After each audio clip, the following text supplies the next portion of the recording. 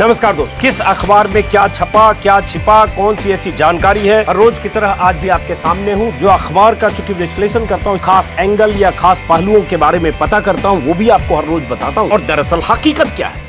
नमस्कार दोस्तों, हर रोज की तरह आज भी आपके सामने हाजिर हूं। दिल्ली से छपने वाले अखबारों का बंडल मेरे हाथ में है। किस अखबार में क्या छपा, क्या छिपा, किसी अखबार की खास अगर हेडलाइन है, किसी हेडलाइंस के पीछे की कोई बात है या रिसर्च के जरिए अगर मेरे पास कोई जानकारी होती है, मैं हर रोज़ आपसे शेयर करता हूं। आज भी कई खबरें हैं। आपके घर में जो अखबार आया होगा, हर अखबार की हेडलाइन मोटे तौर पर चीन को लेकर है। राजनाथ सिंह ने संसद में जो कहा, चीन को चेतावनी देते हुए जो कहा और भारतीय सेना को लेकर जो कहा और जो दावा किया, वही हर अखबार की हेडलाइन है। उसमें वीर रस का एक बोध होगा, जिसमें जब राजनाथ सिंह कहते हैं एलएसी पर, चीन सीमा पर गश्त करने से हमें कोई रोक नहीं सकता। हर अखबार की हेडलाइन यही है जो मेरे चारों तरफ आप देख पा रहे हैं। लेकिन इन हेडलाइंस में क्या कोई ऐसी बात है जो छिपी है? क्या कोई सवाल है जो छिपा है?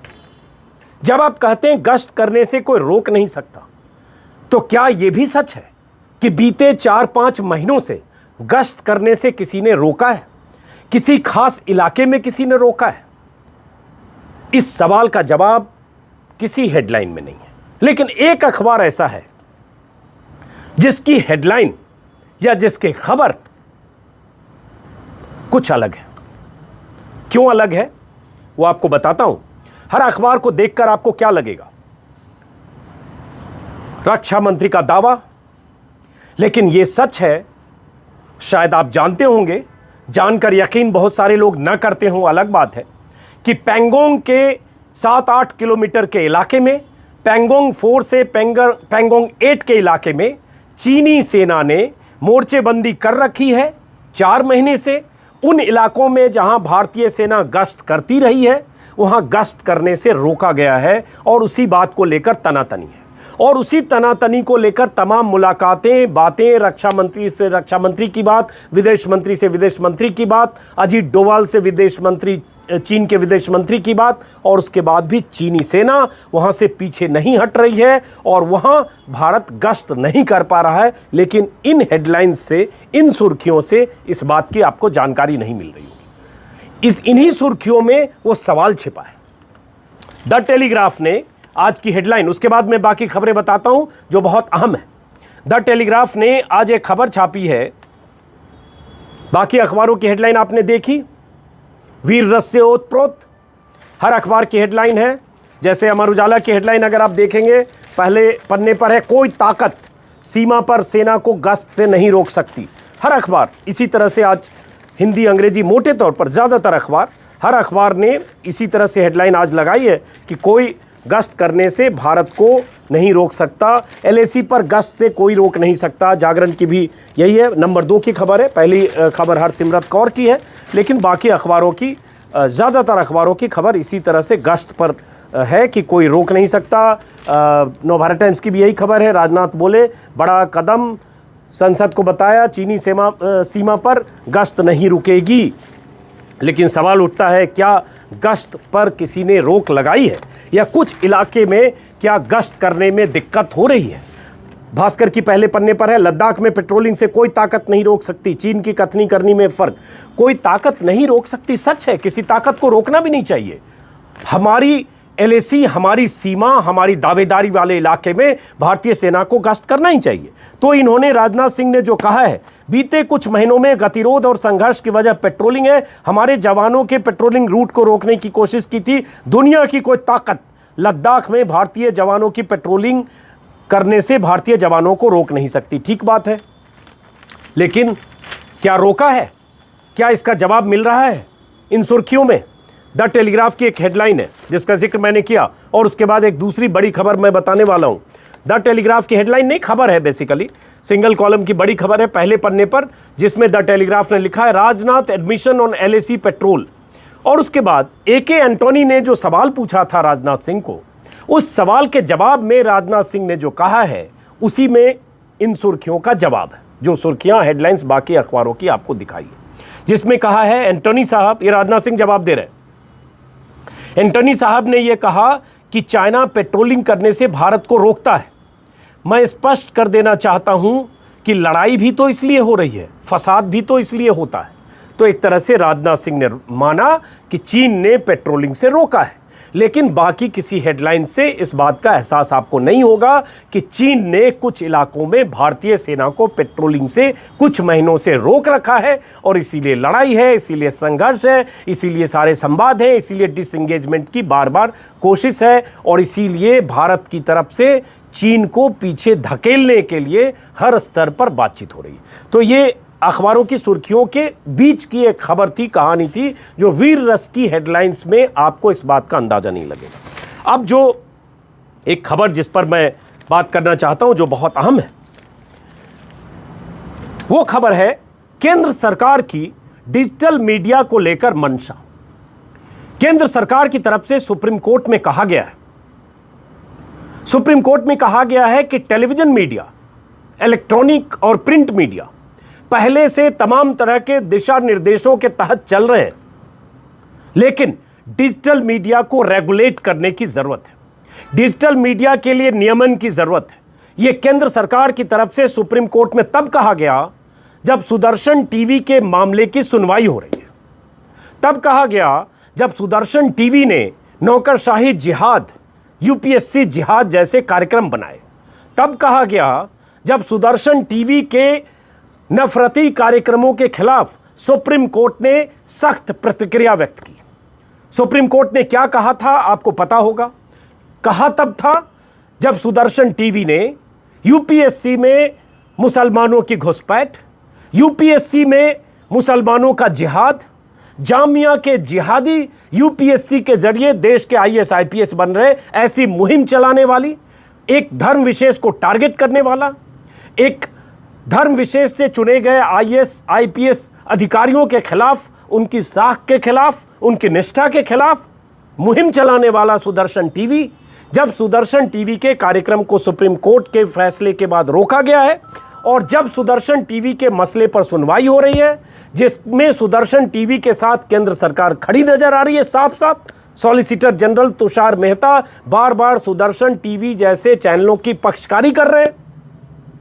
लेकिन सुप्रीम कोर्ट ने जब यह कहा कि क्या 5 सदस्यों की एक टीम बनाने की जरूरत है, जिसमें टेलीविजन में जिस ढंग से एंकर्स टेलीविजन पर बोलते हैं और जिस ढंग से टेलीविजन में खबरें चलाई जाती है, जिस ढंग से टेलीविजन एक अलग ढंग से खबरों को जिस ढंग से ट्रायल की तरह चलाता है, क्या उसके लिए नियमन की जरूरत है? सवाल यहां से शुरू हुआ। जवाब आया केंद्र सरकार की तरफ से, खबरें अखबार में हैं, और उसके बाद मैं बताता हूं कि केंद्र सरकार की मंशा डिजिटल मीडिया पर नियंत्रण करने की अब क्यों है।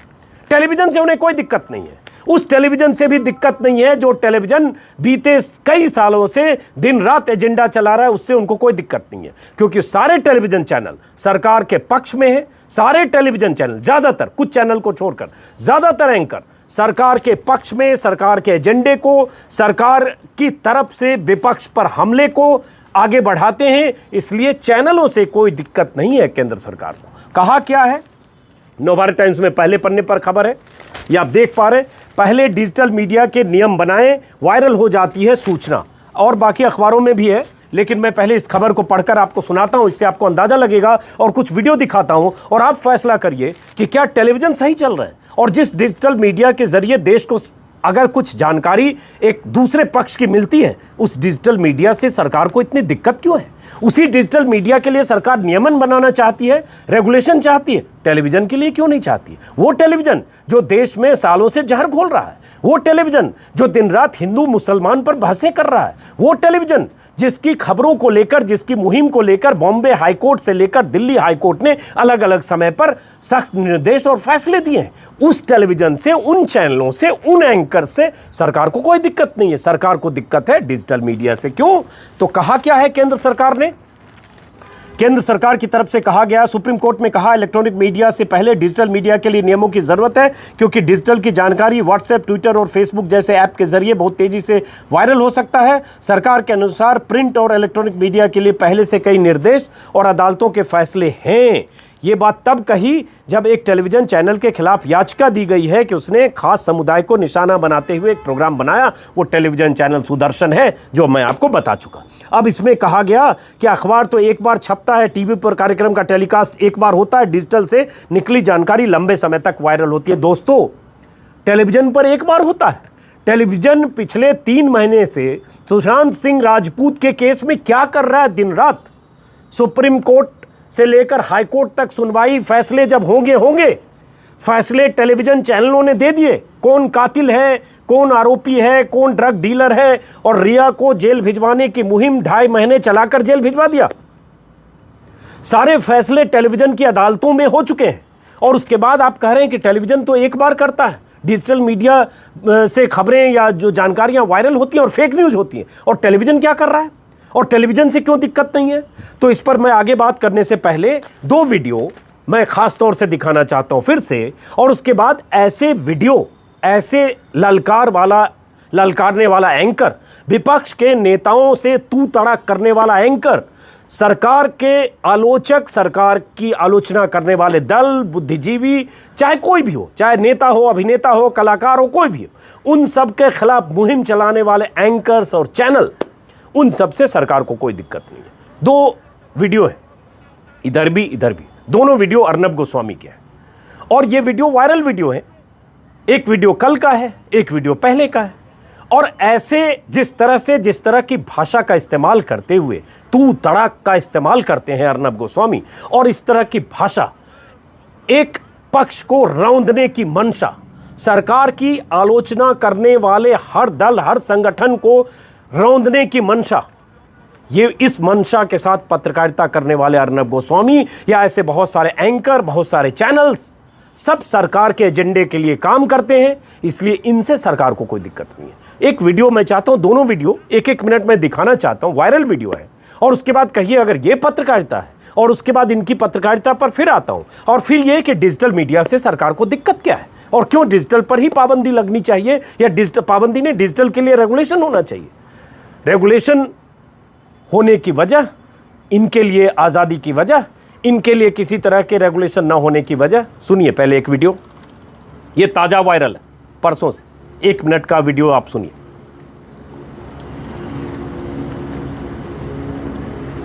वो सलमान जो इतना बोलता था, कहाँ है? कहाँ छिपा हुआ है? ड्रग्स माफिया के बारे में एक आवाज क्यों नहीं उसकी? बात क्या हो रही है और कहाँ जा रहे हैं? बोलती बंद क्यों? बोलती नहीं, मैं बोल रहा हूँ, मैं पूछ रहा हूँ सलमान खान का नाम लेकर। अर्शद, कहाँ है सलमान खान? एक आवाज नहीं उठी, एक स्टेटमेंट नहीं, एक ट्वीट नहीं, पर्सनल क्या? मैं पूछ रहा हूँ सलमान खान कहाँ है? पूरे दिशा सालियान वाले मामले में चुप क्यों हुआ सलमान? सुना आपने सलमान खान के लिए किस भाषा का इस्तेमाल कर रहे हैं। ये चाहते हैं कि जब ये चाहें, जहां चाहें, जैसे चाहें, किसी को ललकारें, और इनकी ललकार सुनकर, इनकी फटकार सुनकर, इनसे डरकर, इनसे दबकर कोई भी इनके सामने आए और इनके हिसाब से बयान दे, इनके हिसाब से पक्ष ले, इनके हिसाब से किसी के विपक्ष में जाए। ये सज्जन अर्नब गोस्वामी है, एडिटर इन चीफ है देश के बड़े चैनल के, लेकिन जिस भाषा का इस्तेमाल कर रहे हैं, इस भाषा पर, इस तरह की पत्रकारिता पर सरकार को कोई दिक्कत नहीं। और ये वीडियो अभी वायरल है। एक और वीडियो है, छोटा टुकड़ा, वो भी सुन लीजिए, और उसके बाद आप लोग तय करिए कि अगर ये पत्रकारिता है और इससे सरकार को कोई दिक्कत नहीं है, तो फिर डिजिटल से दिक्कत क्यों है, और इन लोगों ने बीते सालों में क्या किया है। जरा एक और वीडियो सुनते, 40-50 सेकंड, उसको भी शायद सुना होगा आपने, लेकिन एक बार फिर सुनिए।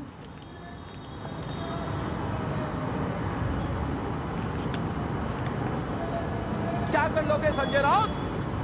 अब कौन हो तुम? है संजय राउत, मुंबई तुम्हारी है? मुंबई तुम्हारी है संजय राउत?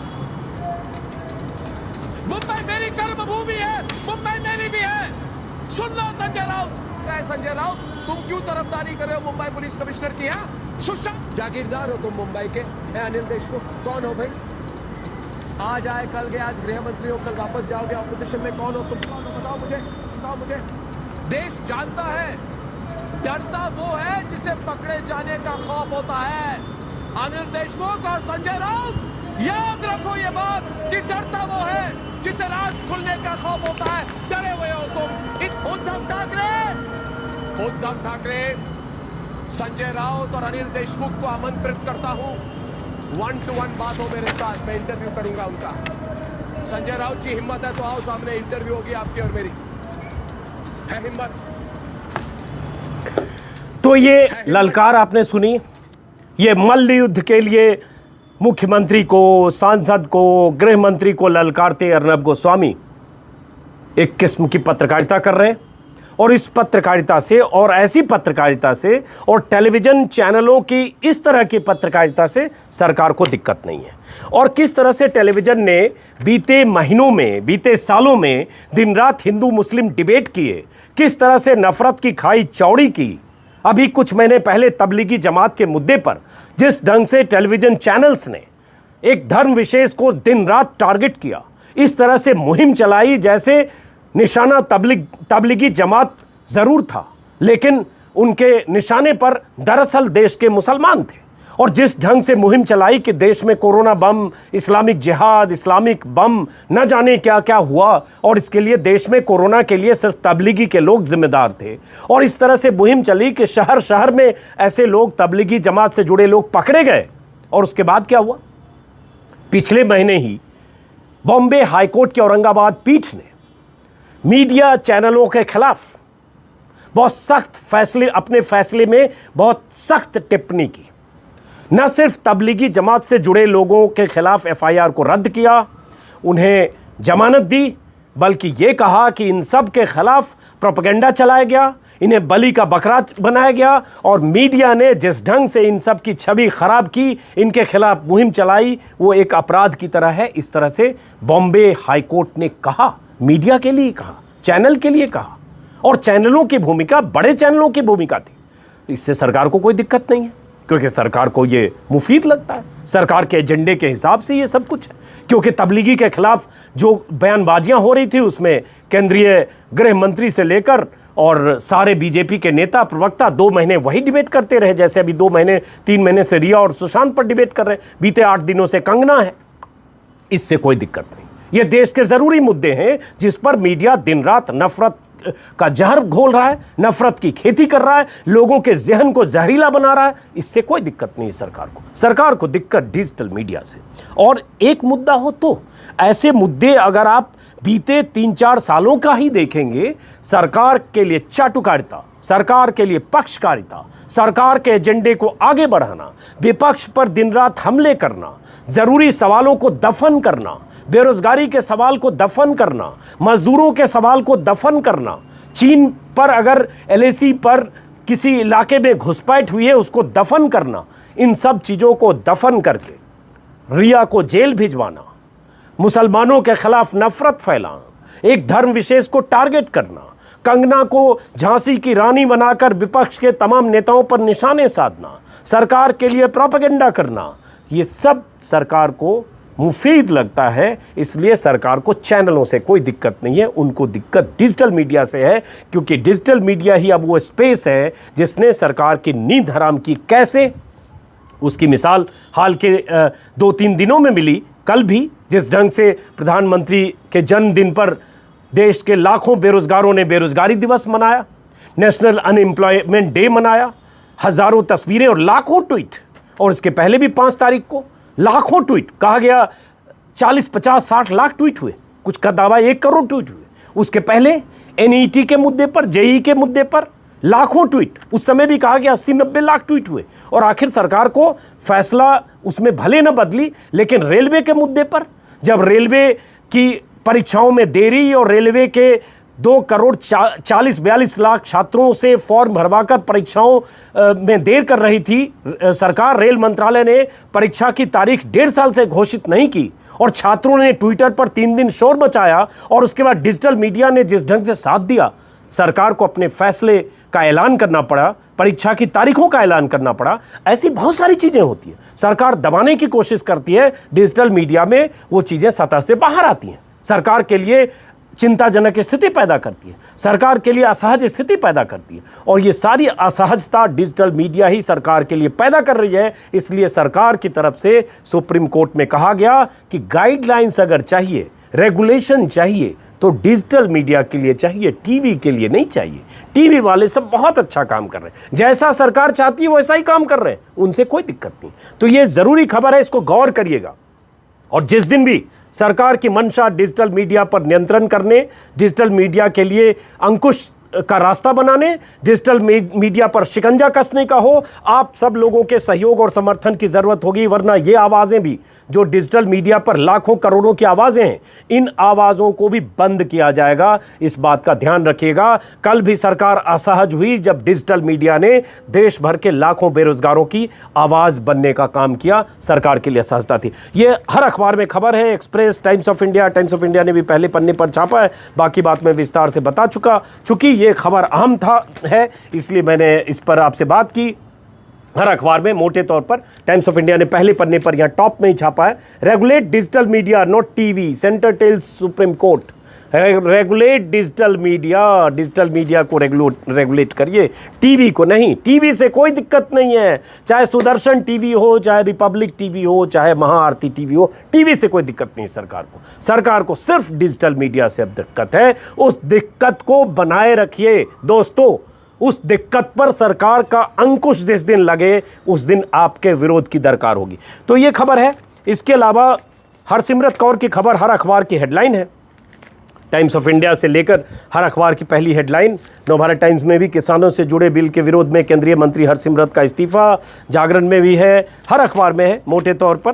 और ये हरसिमरत पक्ष की भी भूमिका चाहती हैं, विपक्ष की भी चाहती हैं। एनडीए से अलग भी नहीं हो रही हैं, इस्तीफा भी दे रही हैं, क्योंकि उनके सामने मजबूरी थी। कृषि विधेयकों पर हरसिमरत का इस्तीफा मजबूरी है कि जिस ढंग से किसानों में कृषि विधेयक को लेकर विरोध है, जिस ढंग से पंजाब हरियाणा के किसान सड़क पर हैं, तो मजबूरी है। चूंकि विपक्ष ने किसानों का साथ दिया है, इसलिए अकाली दल को लग रहा है कि अगर इस समय अगर साथ नहीं आए, नुकसान होगा, तो इस्तीफा दे दिया। एनडीए के साथ है, मतलब दोनों तरफ है, दो नाव की सवारी।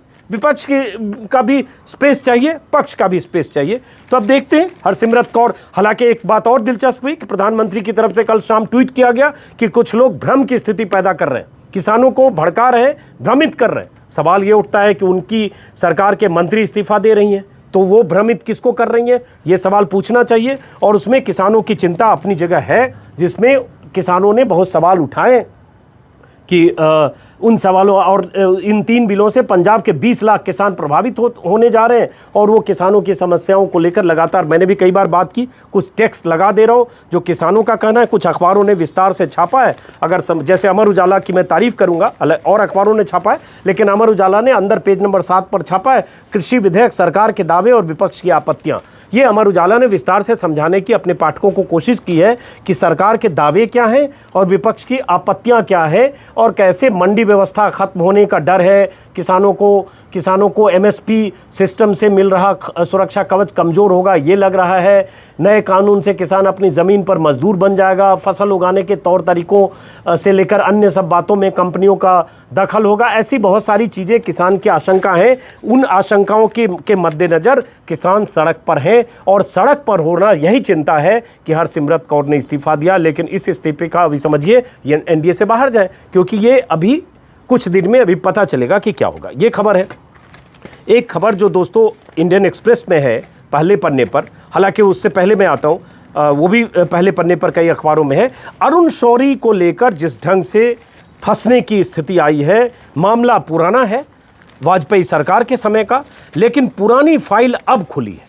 और पुरानी फाइल का अब खुलना ये क्या कहता है, और ये कई अखबारों में खबर है। अरुण शौरी जब डिसइन्वेस्टमेंट मंत्री थे, तब जो डिसइन्वेस्टमेंट के कुछ फैसले लिए थे, उन फैसलों की फाइलें अब खुल रही है, जब सीबीआई अदालत ने बहुत सख्त एतराज़ किए हैं। अब जैसे जागरण ने छापा है, पूर्व मंत्री अरुण शौरी पर भ्रष्टाचार का केस दर्ज करने का आदेश। ये उदयपुर का लक्ष्मी विलास पैलेस होटल है, जिसे कहा गया कि औने पौने दाम में बेच दिया गया डिसइन्वेस्टमेंट मंत्री रहते हुए 2002 में वाजपेयी सरकार में विनिवेश मंत्री थे और पहली बार उस तरह से विनिवेश मंत्रालय बनाया गया और उसके बाद कहा गया कि केंद्र सरकार को 244 करोड़ का नुकसान हुआ।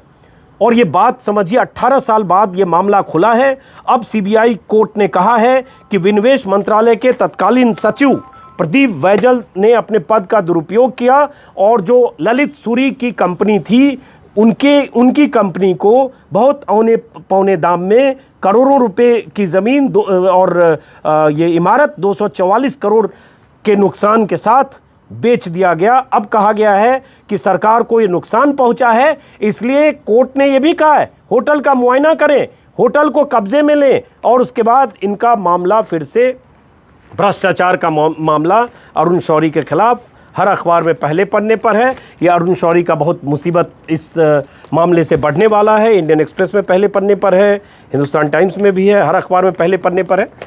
ये है। अब इससे ये लगेगा कि ये, और इस मामले में ये भी हुआ था कि सीबीआई ने क्लोजर रिपोर्ट दाखिल कर दी थी, उस क्लोजर रिपोर्ट को खारिज किया कोर्ट ने और उसके बाद कहा है कि शौरी और होटल के जो बाकी लोग हैं उनके खिलाफ और प्रदीप बैजल के खिलाफ मामले दर्ज किए जाएं और उसके बाद पूरे मामले की जांच हो और उसके बाद इसमें देखा जाए कि दरअसल इसमें हुआ क्या और कैसे हुआ। तो ये अरुण शौरी के लिए बहुत चिंता की बात है और कोर्ट के तेवर बहुत सख्त है। एक ये खबर है कई अखबारों में। उसके बाद एक खबर जो और है एक्सप्रेस में पहले पन्ने पर, वो खबर क्या है दोस्तों, ये खबर है एक्सप्रेस में पहले पन्ने पर एक खबर है। ये दिल्ली दंगों को लेकर लगातार आप खबरें देख रहे होंगे।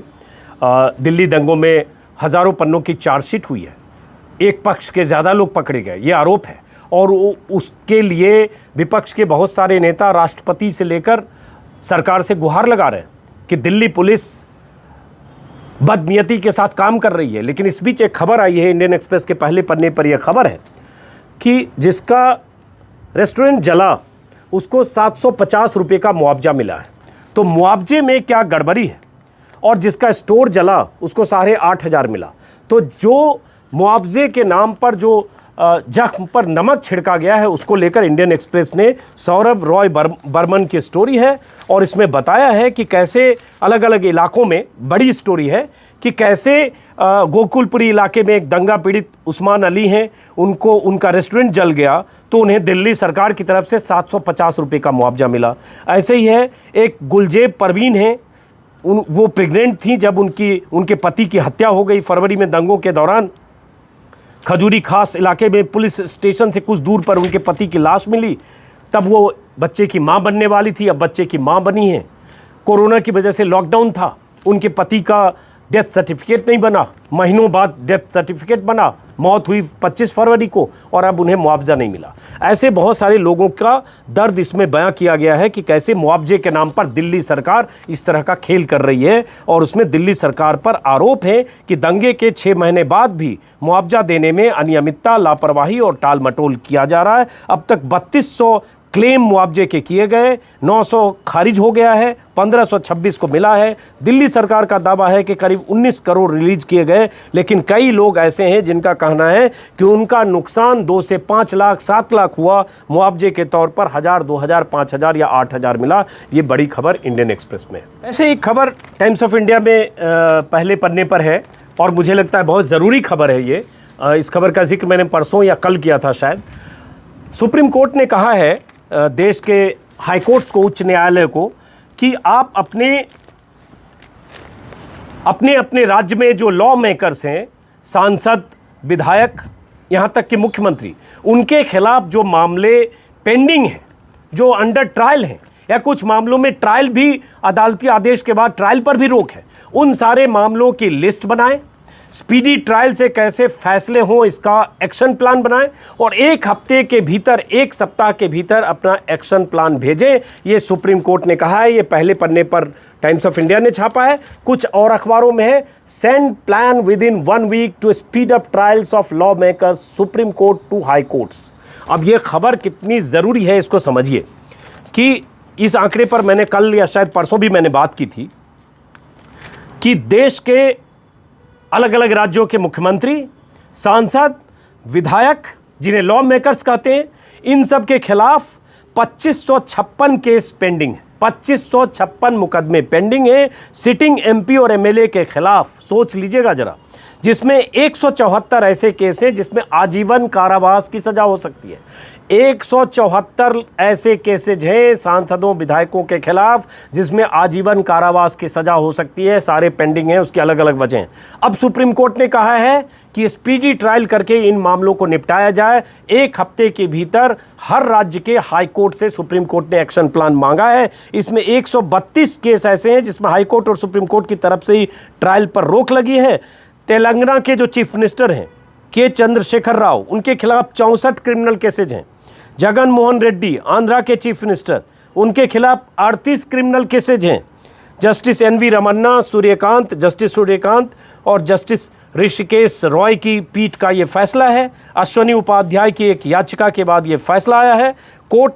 सुप्रीम कोर्ट ने हाई कोर्ट से कहा है कि जिलेवार जानकारी जुटाएं और कैसे स्पीडी ट्रायल के लिए, कितनी अदालतों की स्पीडी ट्रायल के लिए ज़रूरत है स्पेशल कोर्ट की, ये सारा चीज़ बनाकर 1 हफ्ते के भीतर दें। अब देखते हैं क्या होता है, क्योंकि आप जानते हैं कि बहुत सारे माननीय जो संसद में बैठे हैं, जो विधानसभाओं में बैठे हैं राज्यों के, उन पर हत्या, रेप, हत्या की कोशिश, लूट, आगजनी और इसके अलावा बहुत तरह के सार्वजनिक संपत्ति को नुकसान पहुंचाने के ऐसे मामले हैं। और ये इतने केसेज हैं, 2556 केसेज सीटिंग एमपी एमएलए के खिलाफ। वो सारे लोग फिर चुनाव लड़ेंगे।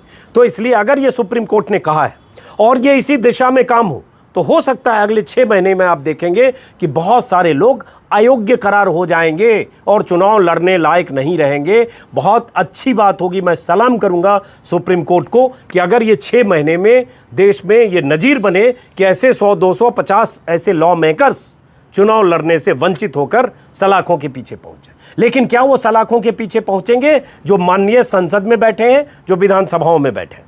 तो ये एक खबर है जो टाइम्स ऑफ इंडिया ने भी छापा है, कुछ और अखबारों में छापा है।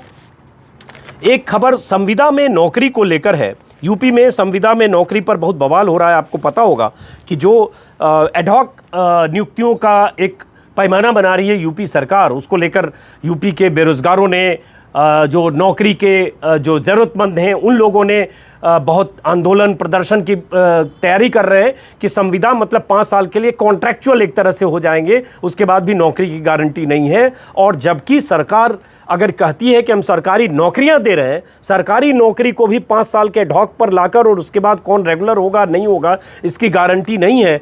तो ये एक बवाल विवाद के बीच एक खबर है जो नवोदय टाइम्स में भी है, दैनिक हिंदुस्तान में भी है। दोनों खबर मैं लगा दे रहा हूँ। ये खबर नोएडा से आई है कि नौकरी से निकालने का नोटिस मिलने पर वर्कर ने की आत्महत्या।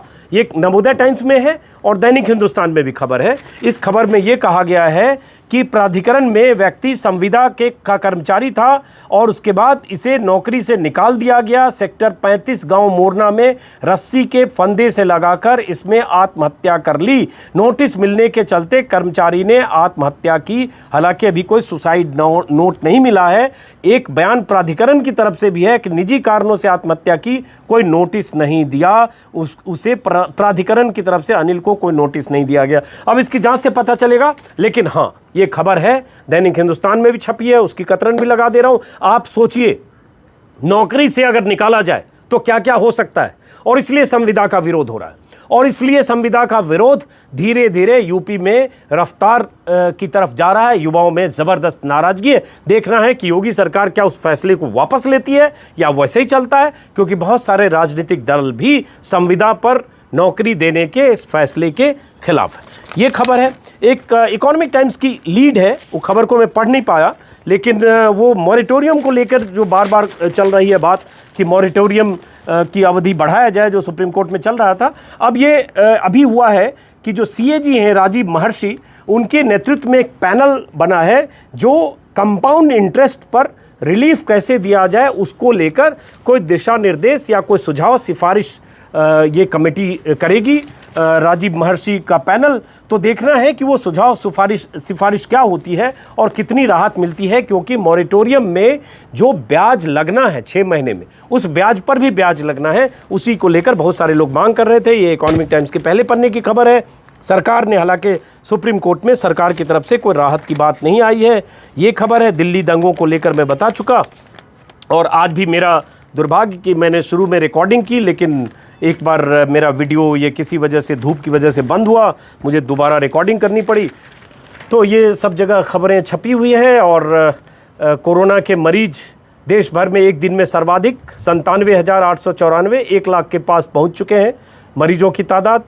जांच 6 करोड़ से पार हो चुका है। और उसके बाद अलग अलग राज्यों की खबरें हैं, कोरोना में किस ढंग से विस्तार हो रहा है। तो फिलहाल दोस्तों, इस वीडियो को मैं अब यहीं ख़त्म करूंगा, और उसके बाद फिर हमारी मुलाकात आपसे किसी और वीडियो में होगी। एक बार और देख लेता हूँ टाइम्स ऑफ इंडिया में कोई खबर पहले पन्ने पर थी क्या। मेरे ख्याल से सारी खबरें आ गई है, और हरसिमरत कौर पर नज़र होगी कि क्या होता है। फिलहाल इस वीडियो को ख़त्म करते हैं दोस्तों, और फिर मुलाकात होगी किसी और वीडियो में, कुछ और जानकारी, कुछ और बातें। और अगर आपने सब्सक्राइब नहीं किया है मेरा ये YouTube चैनल, तो ज़रूर सब्सक्राइब करें, मुझे अच्छा लगेगा। नमस्कार।